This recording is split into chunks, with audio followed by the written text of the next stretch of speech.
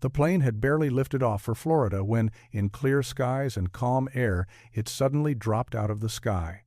Investigators later said one of the engines had apparently failed. Among the 8 passengers on board was Aaliyah, a young Brooklyn-born singer and actress whose future seemed limitless. Years earlier, news anchors in London had spoken in the same flat, stunned tone about another loss. The Jimi Hendrix Experience was over. The acid rock guitarist, a black American who had rewritten the language of the instrument, was declared dead in a London hospital, reportedly from a drug-related incident. During their short careers, these names and others like them burned brighter than almost anyone in black music. And yet, they all left the world as if something had come to collect a long-standing debt.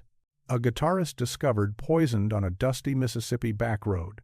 A soul icon shot down in a motel hallway that, according to some who knew the neighborhood, should never have been built the way it was. A pop monarch whose heart stopped while a doctor stood over him with medical equipment in hand. A princess of R&B pushed toward a flight she supposedly never wanted to board. A legendary voice found floating face down in a bathtub, the faucet still hissing water into the silence. 9 legends, 9 lifetimes abruptly cut short. 9 deaths that, to many observers, looked less like random accidents and more like the final clauses of a contract being enforced. Because long before they were carved into the mythology of music, it was whispered that each of them had entered into some kind of deal. A deal for genius. A deal for fame. A deal for a way out. And before the end, according to friends, family, or witnesses, every single one of them spoke about something following them, a presence just behind the spotlight, just outside the doorway, just beyond the camera flash. This is not being presented as a simple story. This is a case file, a cold, unnerving dossier on 9 black legends who, many believe, paid for extraordinary greatness with their lives. Case 1. Robert Johnson, the original Devil's Deal. It starts on a lonely dirt road in Mississippi, the kind of road where the wind never really dies and the crossroads look like they were sketched by something older than maps and older than time. Before he became a myth, Robert Johnson was just another young black man suffocating under the weight of poverty, segregation, and fields that swallowed families one generation after another. But in the early 1930 seconds, something about him shifted. It did not change slowly, it wasn't gentle. People who were there said it changed violently, unnaturally so fast it frightened them. Elders in the Delta still talk about the months when Robert vanished. One week, he was remembered as a clumsy kid, unable to hold a steady rhythm, laughed at by older players who could outshine him without even trying. Then he came back. When he returned, the same hands that had fumbled chords now moved with a ruthless precision. His guitar sounded sharp, liquid, and eerily smooth, full of ghost notes and sliding phrases that felt like they were coming from somewhere else. Old bluesmen were said to have stopped mid-song just to stare at him, their faces hollow with disbelief. The transformation was too extreme for ordinary explanations. In that part of Mississippi, when something cannot be explained by work or luck, people look higher or lower. They turn to the supernatural. Whispers started to gather around Robert like smoke.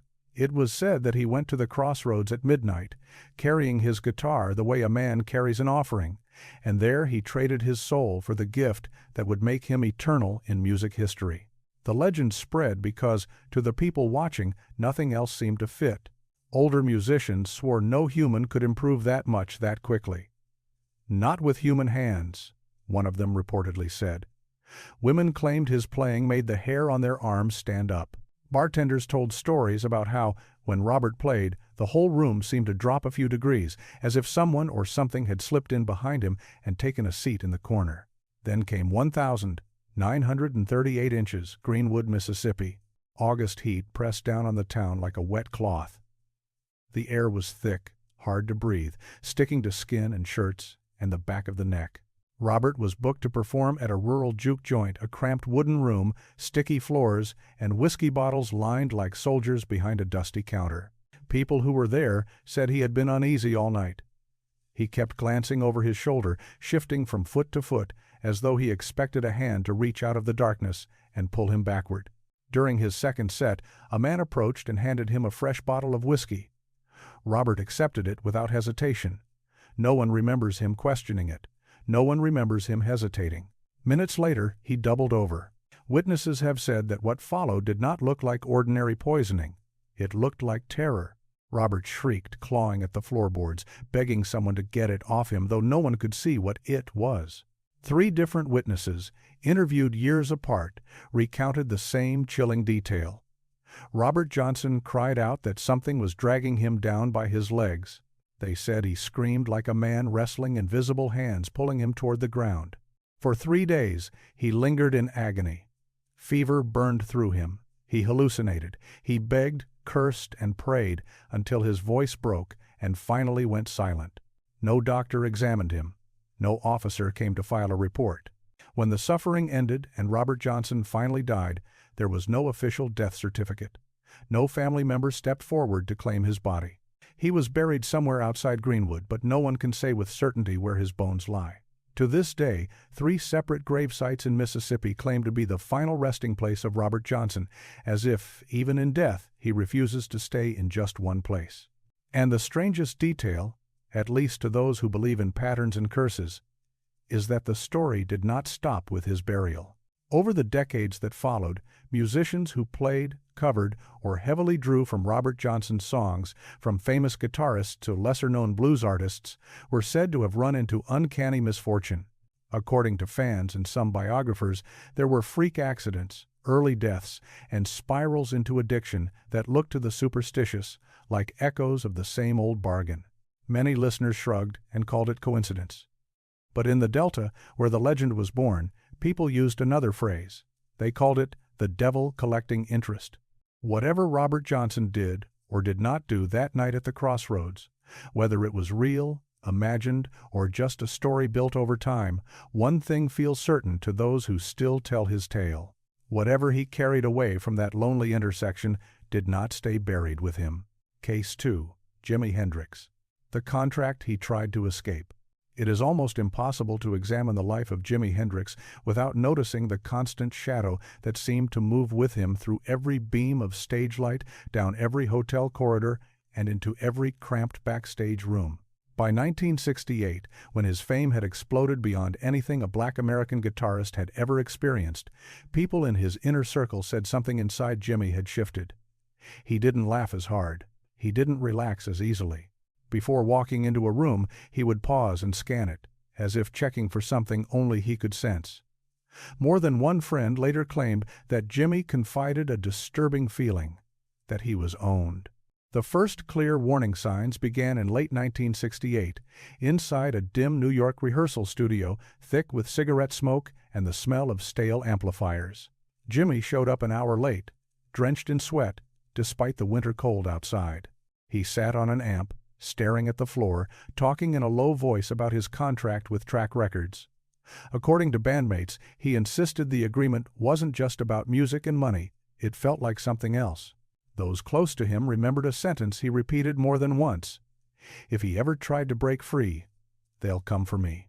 By mid-1969, during the Electric Church rehearsals, that quiet anxiety had grown into something louder and impossible to ignore. In hotel rooms across Toronto, Amsterdam, Stockholm, and other tour stops, he told road managers and friends that he believed people were following him. He pointed out unmarked cars idling outside venues. He unplugged hotel phones, saying he didn't want anyone listening in. At night, he locked his guitar case as if it held not just an instrument, but evidence. His diary entry from July 1969, as later reported, contained a chilling line. "I feel watched, like someone wants the music, but not me." By the summer of 1970, Jimi made a move that many around him saw as the turning point. He tried to break the contract. According to people who were close to him at the time, that decision felt like the moment a hidden countdown started, a clock only he could hear ticking. Then came the early hours of the 18th of September, 1970, London. The sky was cold and colorless, rain hovering just out of sight. Inside a small flat in Notting Hill, the final scene was about to unfold. Paramedics were called and arrived at approximately 11:27 a.m. What they described later would stay with them for decades.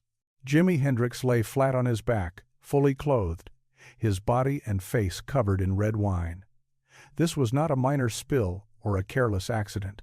One paramedic reportedly said it looked as if someone had poured the liquid directly into him.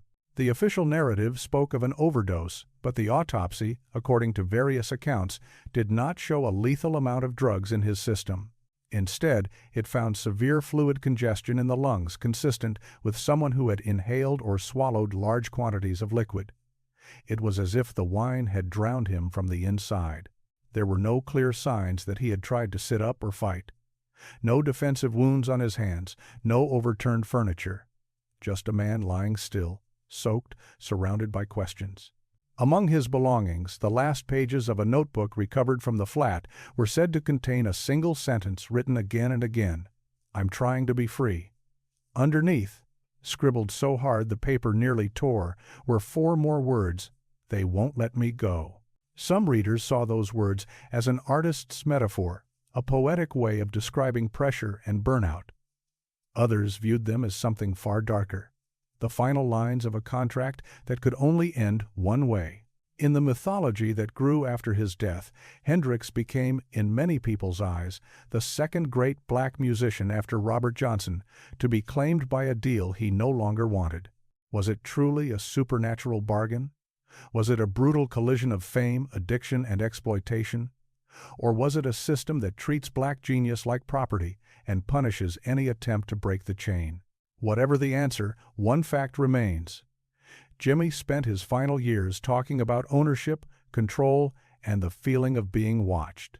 And in the end, he died in a way that looked less like random chaos and more like the quiet enforcement of a sentence he had tried, too late, to overturn. Case 3. Sam Cooke. The night he was collected. Sam Cooke's death is not just a mystery. It is a wound raw, exposed, and still pulsing decades later. A wound that never truly healed because almost every detail wrapped around it feels wrong, staged, or left deliberately unfinished. And when you trace the final year of his life step by step, one thing seems clear. Sam felt something closing in on him long before the gun went off. The trail begins in 1963, backstage at the Apollo Theater in Harlem. The building hummed with noise band members tuning instruments, stagehands shouting cues, muffled laughter leaking through thin dressing room walls. Yet, according to Aretha Franklin and others who were there, Sam looked different that night, haunted. He paced back and forth before showtime, wiping sweat from his palms, even though it was bitterly cold outside under a winter sky. To a few trusted friends, he reportedly confessed that he felt called somewhere dark. It didn't sound poetic. It sounded like a man describing a destination he dreaded but couldn't avoid. It sounded like fear, the kind of fear that curls up in a man's throat when he knows he is walking into a trap he cannot name. What the public never saw was the other war, the one Sam was fighting quietly behind closed doors. He was pushing against an industry that, at the time, treated most black artists as disposable labor, profitable but never powerful. Sam wanted ownership, ownership of his masters, ownership of his money, ownership of his image and his future. In early 1964, he started to push back harder. According to reports, he formed his own label, refused to cooperate with certain executives, and demanded to see the numbers that controlled his career. In the world he lived in, moves like that were the equivalent of breaking a pact. Friends noticed the change. Sam became more tense, more guarded. Conversations drifted off as he stared into mirrors, not to admire himself, but to look over his own shoulder. A songwriter recalled Sam saying just a week before his death, "If anything happens to me, don't think it was chance." Then came the night of the 11th of December, 1964. Just after 2 a.m., Sam Cooke was shot at the Hacienda Motel in Los Angeles. The official report painted a narrow picture: a nude, intoxicated, violent man forcing his way into the motel office. But those who later saw his body claimed the scene did not match that description. There were 3 people in the motel who played critical roles in the story: the manager, the woman who had been with Sam, and Sam himself, the only one who did not live to testify. 3 people, 3 different versions. The motel manager said Sam burst into the office and attacked her, yet her injuries, by most accounts, were minor. The woman who had been with him claimed he had held her against her will, but her clothes showed no clear evidence of a brutal struggle. Police described Sam as wildly aggressive, but when people looked at the supposed crime scene, something didn't line up. There was one detail that chilled investigators and family members alike, a detail that, according to some reports, was never fully explained. Sam Cooke's fingerprints were missing from every key surface, including the place where the struggle supposedly happened. It was as if the room had been scrubbed clean, as if someone had wiped away not just prints, but the possibility of certainty. His family never accepted the official version. They spoke about a system that punished Sam for daring to reclaim his freedom and his fortune. To them, he wasn't simply killed, he was collected. For those who study these patterns, the outline is all too familiar. A black artist reaches for independence. A series of confusing, suspicious events begins to unfold. A sudden death follows violent, senseless, rushed through the legal system. The pattern looks less like bad luck and more like a ritual. Sam Cooke did not just die that night. Many believe he was stopped, interrupted, cut off at the exact moment he threatened to own what others thought belonged to them. And so, in the stories told by fans, spiritualists, and some historians, Sam became the third great voice in black music to pay the ultimate price for a deal, whether supernatural or corporate, that the powers around him would not allow him to break. Case 4. Whitney Houston. The voice that was never hers. Some singers have voices that sound beautiful. And then there are voices that sound almost impossible, the kind that make producers step back from the console, engineers freeze mid-adjustment, and entire studios fall silent as if something sacred just entered the room. Whitney Houston belonged firmly to that second category. From the beginning, people around her were whispering that her voice didn't just sound trained, it sounded bestowed. In 1985, inside a Manhattan studio, lit by buzzing fluorescent tubes and humming equipment, a 1-year-old Whitney recorded her debut album. Legendary producers who were there later said they struggled to describe what they heard. "No human sings like this," some of them remarked. They watched a young woman hit impossible notes with almost mechanical precision and a depth of feeling that seemed to come from somewhere beyond her years. To a few, it felt supernatural. Some joked she had made a deal. Others refused to say the word out loud, but according to people present, the thought hung uncomfortably in the air. As Whitney's fame exploded charts, awards, movie roles, sold-out arenas, the myth around her gift grew with it. Engineers described feeling a physical pressure in the room when she reached her highest notes, as if the air thickened around the microphone. One compared it to trying to record lightning in a bottle, according to studio lore. But the higher Whitney climbed, the heavier something seemed to sit on her shoulders. By the late 2000s, those closest to her said she moved like someone being pursued by a presence she could feel but not name. During rehearsals, she would glance behind her even when no one was there. Backstage, she reportedly avoided mirrors. She kept hotel bathroom doors open while warming up her voice, saying she didn't like the silence that came when she shut herself in. Then came Grammy Week in Los Angeles, February 2012, Whitney's final week. People who encountered her during those days described a disturbing contrast. Radiant one moment, jittery and deeply uneasy the next. On February 9, at the Beverly Hilton, hotel staff later claimed they saw Whitney pacing the hallways, talking to herself, rubbing her arms as if she were freezing, even though the hotel air was warm and controlled. Witnesses said she kept repeating variations of the same phrase, "Someone is watching me." Her longtime stylist would later say that Whitney refused to take a shower that day, insisting on using the bathtub instead, though she never fully explained why. To some, it sounded like simple preference. To others, in hindsight, it felt like the beginning of something ritualistic, the first step in a ceremony she never knowingly agreed to. The last 24 hours of her life unfolded like a script written in advance. On the morning of the 11th of February 2012, Whitney paced her Beverly Hilton suite. She ran a bath and turned the water up so hot that steam reportedly swallowed the room within minutes. Investigators later measured the water temperature at more than 150 degrees Fahrenheit, far beyond what most people would consider a normal, comfortable bath.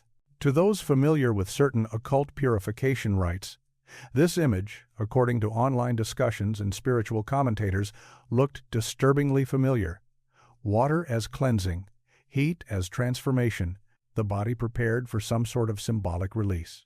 At 3:36 p.m., Whitney Houston was found face down in that same bathtub, submerged in scalding water, the room quiet except for the sound of running taps. Paramedics said the scene felt eerie, unnaturally still. There were no obvious signs of a desperate struggle. No broken fixtures, no furniture shoved out of place. Just a woman lying in the tub as if carefully positioned there. But what truly deepened the unease was what happened almost exactly 11 months later. Bobby Christina, Whitney's only daughter, was discovered in a bathtub in Roswell, Georgia, under nearly identical conditions: unconscious, water running, body limp. Same method, same quiet. The same horrifying symmetry. To many fans, it was impossible to see that as coincidence. Online, people spoke of a bloodline debt, a family curse, a contract that hadn't ended with the mother, but reached out for the daughter as well. Spiritualists on forums and in interviews pointed out the repeating imagery. Water as a conduit, steam as purification, heat as transformation, the submerged body as an offering. Those who believed in soul contracts began calling Whitney's death a retrieval. They claimed her voice, the one that sounded too precise, too powerful, too flawless to belong to an ordinary human, had never fully belonged to her in the first place. It was borrowed, they said, lent on terms she could not fully understand when she was young and hungry for success. And when that voice had given the world its most unforgettable highs, something in the shadows waited patiently for the day it would reclaim what it considered its property. Whitney Houston did not just die tragically in a hotel bathtub. To many, she died in a way that felt ceremonial, like a chapter closing, a pact fulfilled, a soul returned to whatever force had granted that extraordinary gift. And when her daughter followed her in almost the exact same way, the message, for those who believed in such patterns, felt chillingly clear. Some voices are too powerful, too otherworldly, to ever truly belong to the person who sings with them. Whitney's voice, perhaps the greatest of modern music, may have been one of them. Case 5. Michael Jackson. The deal that became a prison. The story of Michael Jackson does not begin with screaming crowds or diamond plaques. It begins in a small house in Gary, Indiana, with a child who reportedly told people he felt chosen, as if something had poured music into his bones before he could even form full sentences. By the time he was 5, his voice carried a clarity and purity that unsettled grown men in studio control rooms. Producers were said to have described it as unnatural, a gift too big for a body that small. And as Michael rose from lead singer of the Jackson 5 to global phenomenon, the whispers rose with him, whispers that his talent came from somewhere beyond ordinary human ability. What Michael could not have understood as a child was that the same force that lifted him up, whether industry, destiny, or something more sinister, might one day press down hard enough to crush him. By the early 2000s, he began speaking more openly about being hunted.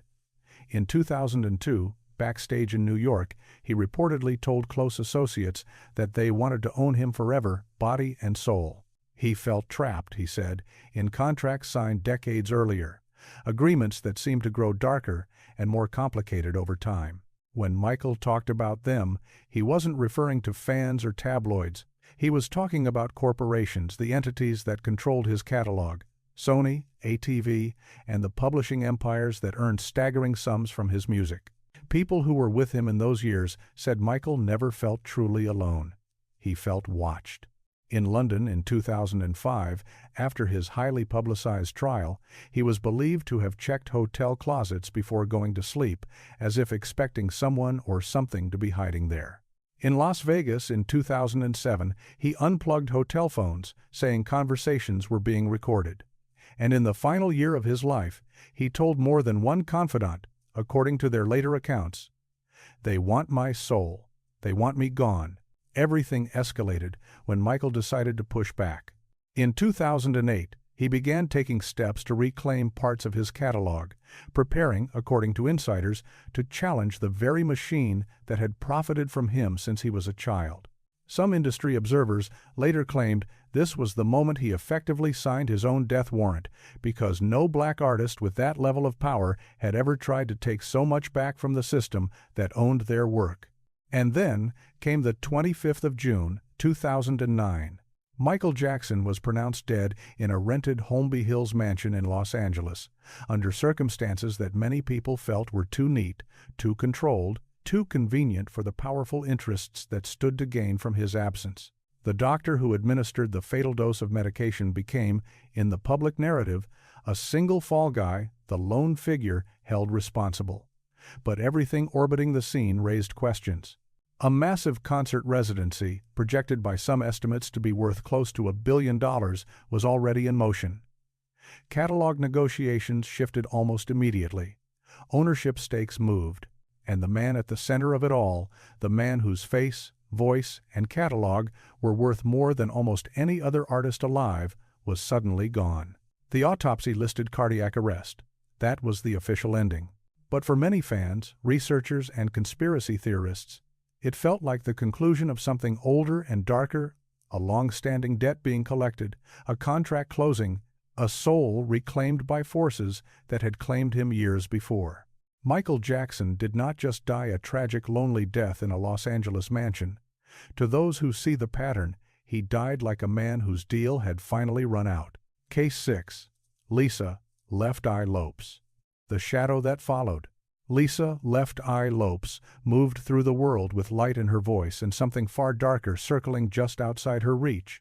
Long before the crash that ended her life, she said she could feel it, a presence trailing behind her like a second shadow that never stepped into the sun.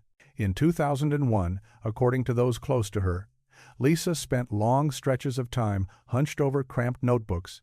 She filled them with symbols, diagrams, visions, spiritual warnings, and one sentence that kept returning like an echo: "A spirit is following me." People around her brushed it off as stress, burnout, or the side effects of fame. But Lisa insisted she was not imagining anything.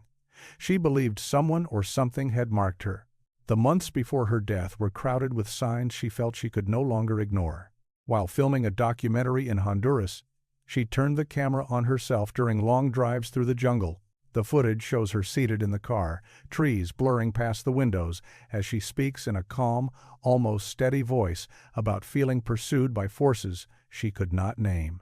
In one clip shot just weeks before she died, she says the same presence that haunted her in America has followed her across the ocean. Her voice does not tremble when she says it. It sounds like resignation, not fear. During her retreat in Honduras, Lisa sought what she believed was purification. She fasted, she prayed. She tried to cleanse her body and spirit, to pull her soul away from the energy she said was dragging her down. At one point, she accidentally struck a young boy with her vehicle. The child died. Villagers, according to local accounts, called it a curse, a tragic omen, another sign that someone had laid claim to her path. Lisa seemed to agree.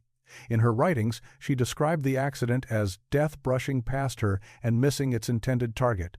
She wrote as if she knew it would come back. Then came the 25th of April 2002. The sun burned through the jungle canopy, splashing harsh light across a narrow Honduran road as Lisa's SUV sped forward. A camera was rolling from the passenger seat, capturing a car full of people, laughter, casual conversation, the easy rhythm of a road trip. Then the tone shifted. Silence, a jolt, sudden chaos. The vehicle veered, skidded, and flipped, tumbling off the road into a ditch. Lisa was thrown forward, the impact killing her instantly. The camera survived. The moment her body went still, what many believers call the moment her spirit left, remains online, a permanent record of the final seconds. The official statement called it an accident. Fans called it fate. Spiritualists, watching the pattern of her last year, called it collection. Lisa had spent years, by her own account, trying to cut herself loose from a deal she believed she had never consciously agreed to.